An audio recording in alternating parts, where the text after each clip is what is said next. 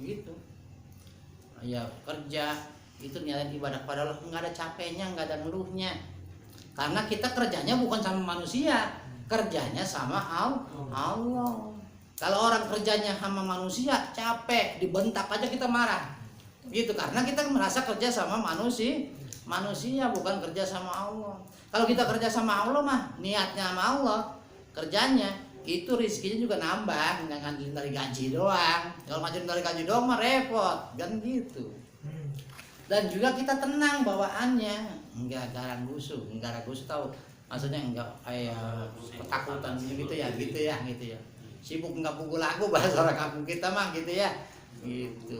Kayak kelihatan sibuk tapi ya itu nih, kalau orang-orang begitu, kalau yang tidak niat kerja karena Allah itu biasanya gampang capek, gampang lelah, dan ujung-ujungnya jadi penyakit karena kerja bawa beban.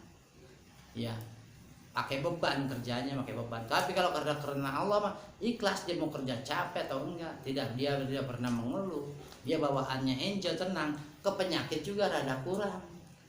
Artinya rada banyak sehatnya ketimbang sakitnya. Tapi kalau orang yang ngeluh terus, banyak kan sakitnya ketimbang sehat. Kenapa? Karena pada saat orang itu mengeluh, pada saat orang itu marah, itu imun tubuh akan berkurang, gitu. Akan berkurang dan akan lemah. Dan sel-sel mau yang rusak mau diganti dengan sempurna nggak bisa. Itu yang mengakibatkan penyakit. Tuh, sel-sel yang rusak itu sulit diganti. Jadi kita mau berganti nggak sempurna. Jadi sel kulit kita yang sekarang itu bukan sel kulit kita yang dulu waktu kita bayi, gitu. Ini sel-sel baru semua, makanya kelihatannya tetap ganteng, tetap cakep, gitu. Jadi sel-sel baru semuanya diganti. Cuman kita mah nggak sadar dianggapnya ini, gitu. Padahal mah itu sel berganti. Setiap hari itu sampai 18 miliar itu sel-sel berganti. Makanya kita tetap cakep, tetap ganteng, gitu. Itulah ilmu Allah yang memang belum bisa artinya dibuktikan secara ilmiah gitu ya. Sebenarnya semacam itu prosesnya. Cuman untuk membuktikan bahwa daging berkembang begitu kelihatan itu belum. Kalau ininya udah ketemu ya, secara ilmiah. Makanya orang semakin dia pinter, semakin dia banyak tahu tentang ilmu Allah, semakin kagum sama Allah. Sangat luar biasa Allah. Gitu, semakin kenal sama Allah. Kalau dia semakin kenal sama Allah, dia pasti banyak baca istighfar, banyak baca subhanallah, bertasbih kepada Allah, subhanallah walhamdulillah wala ilaha illallah wallahu akbar. Itu begitu. Lalu semakin dekat, semakin cinta sama Allah. Dalam kondisi apapun dia sangat cinta sama Allah. Tuh begitu manusia mah. Gitu ya. Paham dok?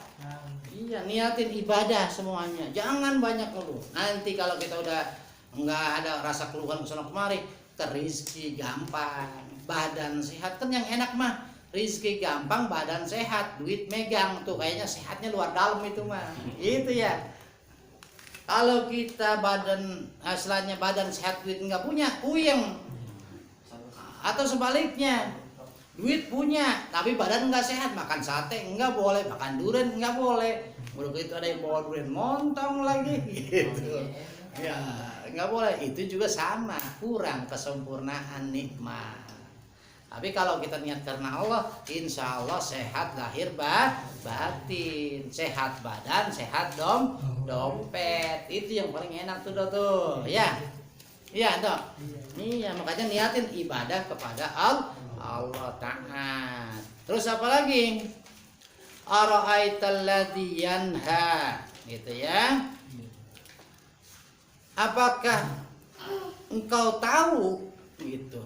Alladzi yanha ini bahasa ta'ajjub fi mawadhi'a thalatha, ta'ajjub bahasa. Alladzi yanha ya. Orang yang melarang.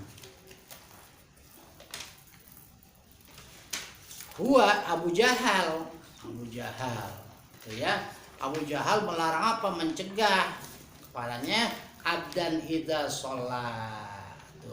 mencegah Nabi Muhammad Shallallahu Alaihi Wasallam. Abdan sini maksudnya adalah Nabi seorang hamba. Ya huwa Nabi Shallallahu Alaihi Wasallam idza sholat, apabila beliau sholat. Itu Abu Jahal tuh jahilnya, kalau Nabi lagi sholat itu ditimpa pakai apa tuh, kan kita kalau lebaran haji tuh kambing ada kantong ininya tuh, dalemannya ditimpain kepada kanjeng Nabi, atau kalau enggak tempat sholatnya di ini. Itu Abu Jahal tuh kelakuannya. Tapi Nabi enggak marah. Nah, namanya Nabi mah kesabarannya kesabaran tingkat tinggi. Tapi ketika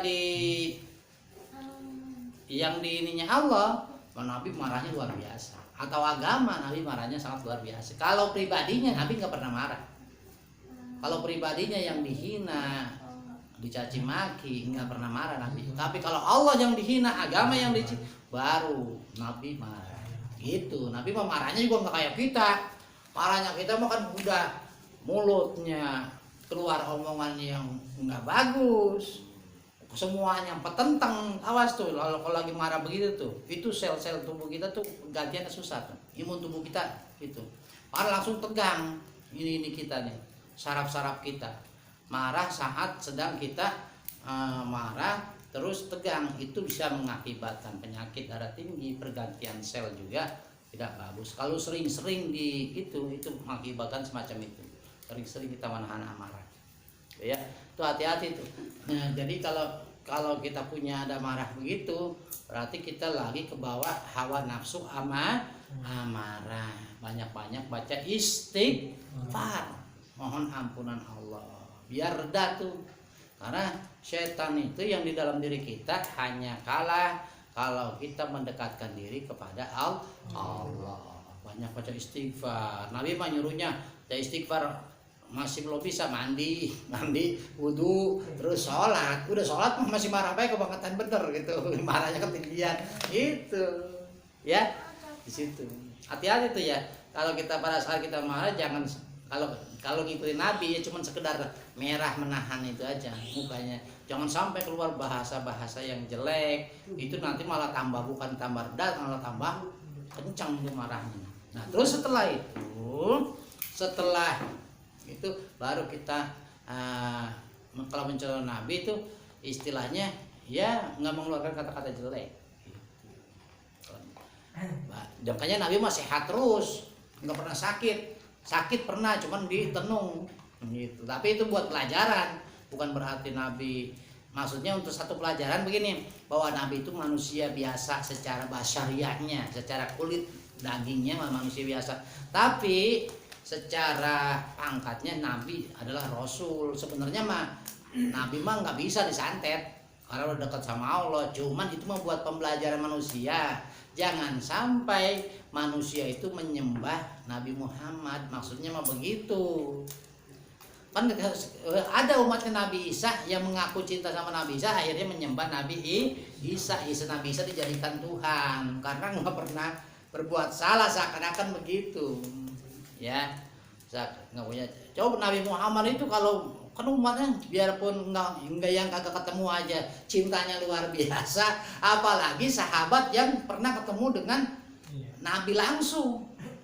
Orang Yahudi ngomongin, nyumpain, orang Yahudi lagi buta, Nabi disuapin selama beberapa tahun, disuapin. Jangan istilahnya jangan suka percaya sama Nabi Muhammad, ngaku Nabi.